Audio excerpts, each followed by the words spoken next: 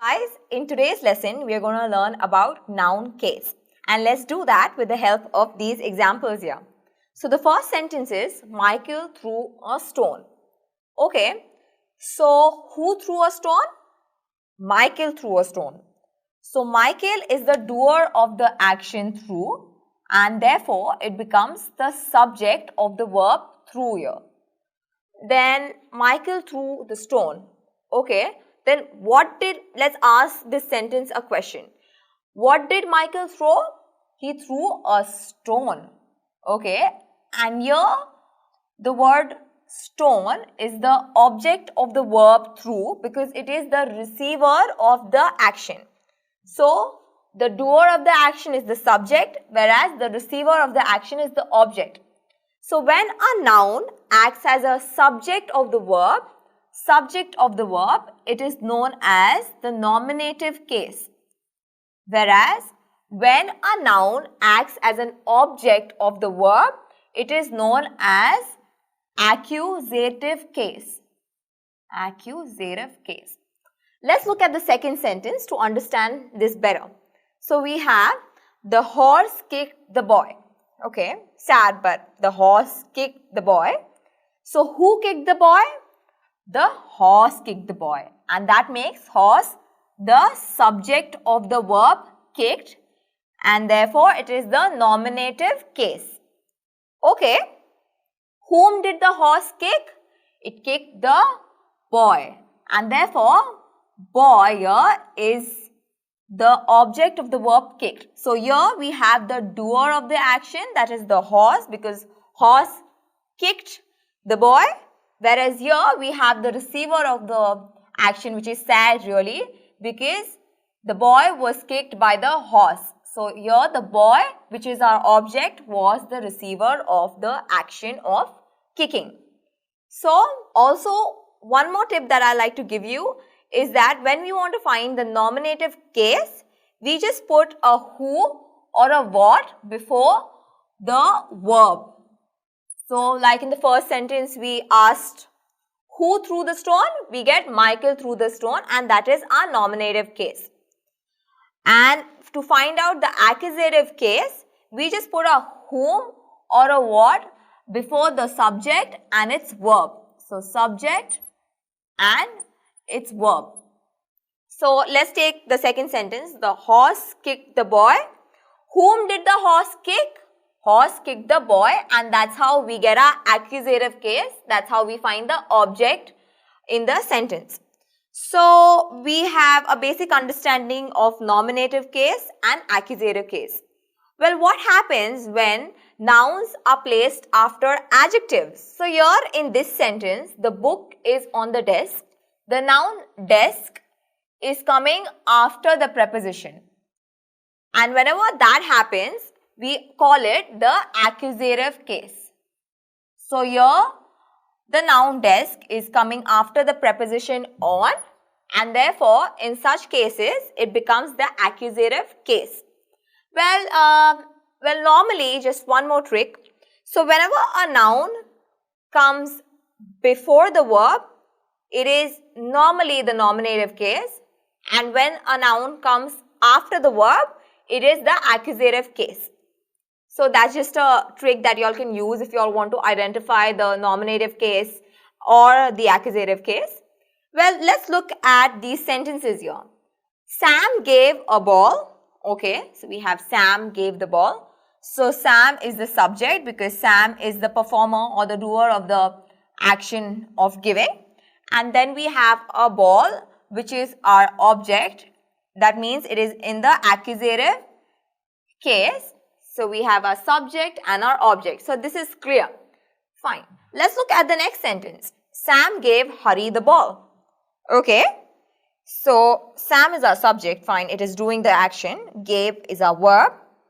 But we have two objects here. We have Hari and we have ball. So can these both be considered as objects? Well, yes, but Hari here is not our direct object but our indirect object, Whereas ball here is our direct object since it is receiving the action directly. Whereas Hari is the person to whom Sam gave a ball. So therefore that makes it our indirect object. Well, let's look at the second example. Fetch the boy a book.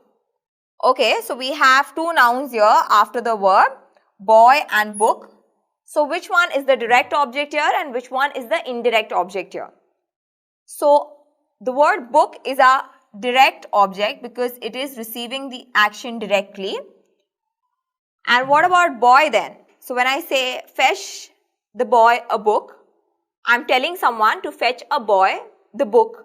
So that makes it the indirect what? Indirect object. So let's understand, now we have a basic understanding of nominative case, accusative case, also what questions to ask when we want to find out whether it's a nominative case or an accusative case. We also know about the fact that when a noun is placed after a preposition, like in this case, it is known as the accusative case. We also know about direct and indirect objects.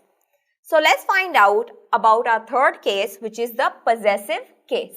So let's look at this sentence. Sam gave the ball. Okay.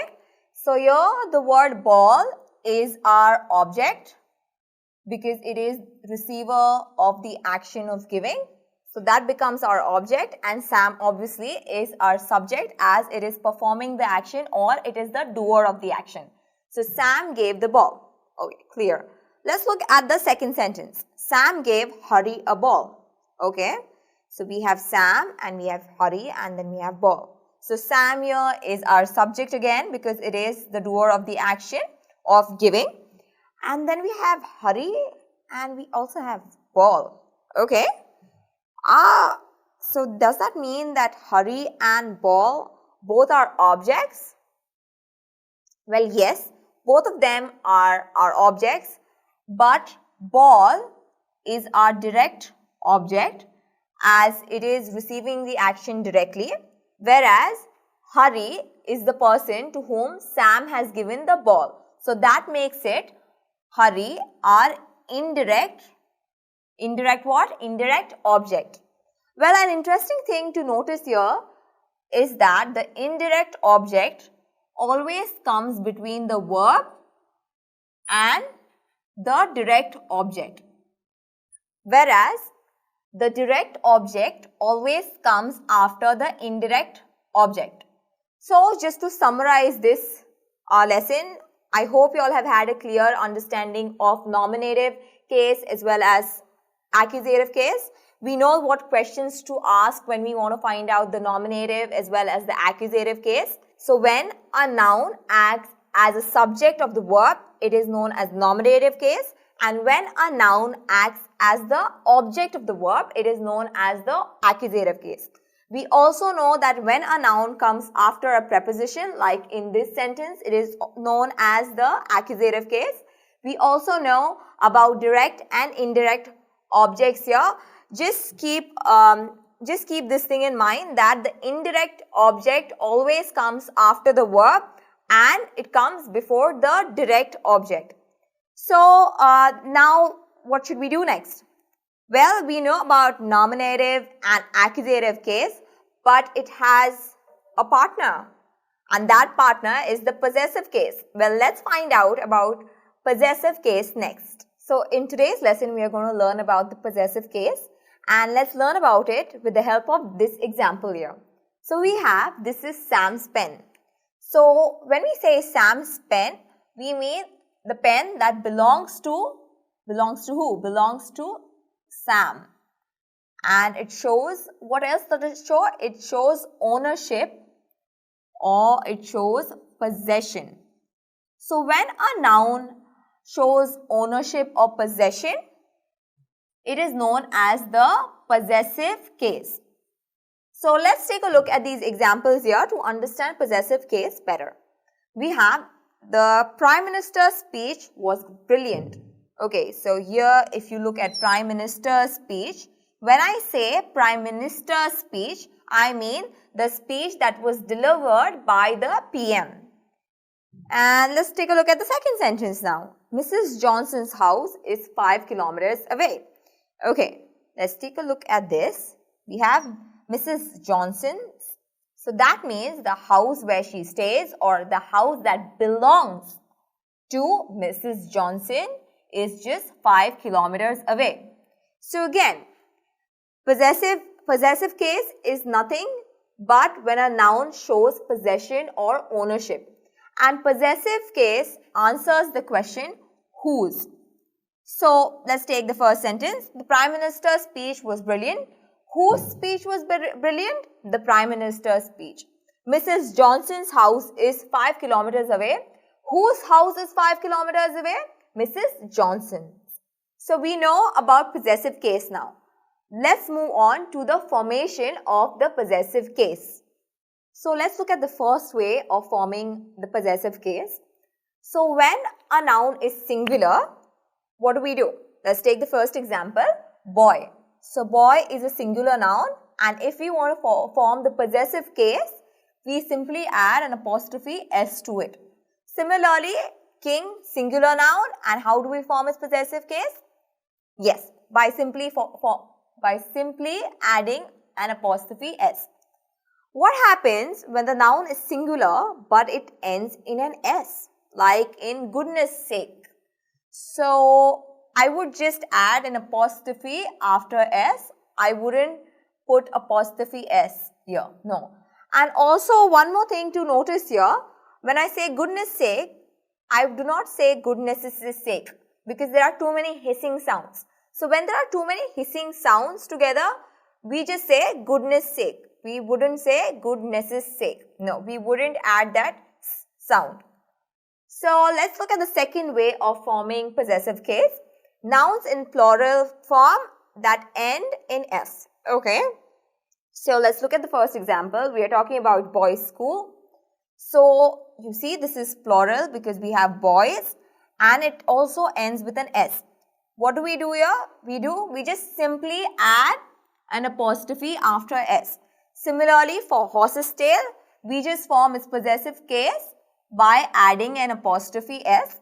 So simple enough, when nouns are in plural and end in the letter s, we simply add an apostrophe after the s. Let's look at the third way of forming the possessive case.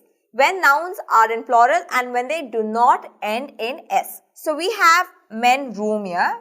Men is the plural form of man and it does not end in an s. So therefore, we would make its possessive case by adding an apostrophe s. So it becomes men's room. Similarly, for children book, it is the plural form of the noun child and we would just make its possessive case by adding an apostrophe s. So that's what we do. When a noun is plural and when it does not end in an s, we just add an apostrophe s to it. Let's look at the fourth way of forming possessive case. So when a noun consists of several words, or let's say we are writing a title, where would we add the possessive sign? Okay, let's learn about it. We have King of Bhutan visit. Okay, so this is King of Bhutan visit. Fine. So where would we add the apostrophe s here? Where would we add the possessive sign? We would just add it after the last word of the title. So King of Bhutan's visit. We won't say king and apostrophe s. We won't do that. We would just add an apostrophe s at the end of the last word, which is Bhutan. So I would say King of Bhutan's visit was really good. So now let's look at compound words. Well, what are compound words? Words that are hyphenated. The words that we separate or join with the use of hyphens. Let's take an example. We have mother-in-law. Okay, it's a hyphenated word. Should I use the apostrophe s or the possessive sign after mothers? So should I write mothers in laws? No, I shouldn't. So when it comes to compound words, I would just add the possessive sign after the last word, which is laws. So it becomes mother-in-law's lemon pie recipe. My mother-in-law's lemon pie recipe is amazing. It's delicious. So that is how I would use the possessive sign when it comes to words that contain or consist several words, or in case of compound words. Let's look at these words here. Alex and Sam room. Okay. So Alex and Sam room. Let me just add a possessive sign after the word Sam here. So what does this mean? Does it mean that Alex and Sam, they live in the same room? Or does it mean that Alex and Sam have different rooms? So here, Alex and Sam's room means that the room that they both live in or that they both possess, since we're talking about possessive case here. And what happens when I add the possessive sign after Alex and after Sam? So it is Alex's and Sam's room. Here what it means is that we have two rooms and they both possess each room. So here we have two rooms. Again, I'll write it. And then we have Alex's and this is Sam's room. So we have two rooms here. So if you can see, if you can notice the difference, in the first example, we just added the apostrophe S after Sam. So that we had Alex and Sam's room, and that means that both of them possess one room. But in the second example, we added the apostrophe S after Alex as well as Sam, and that meant that both of them possess a different room. So this is how we form the possessive case. I hope you all have understood what possessive case means. It answers the question whose, and when we want to show ownership, or when we want to say that something belongs to someone, we use the possessive case. Well, until next time, happy learning.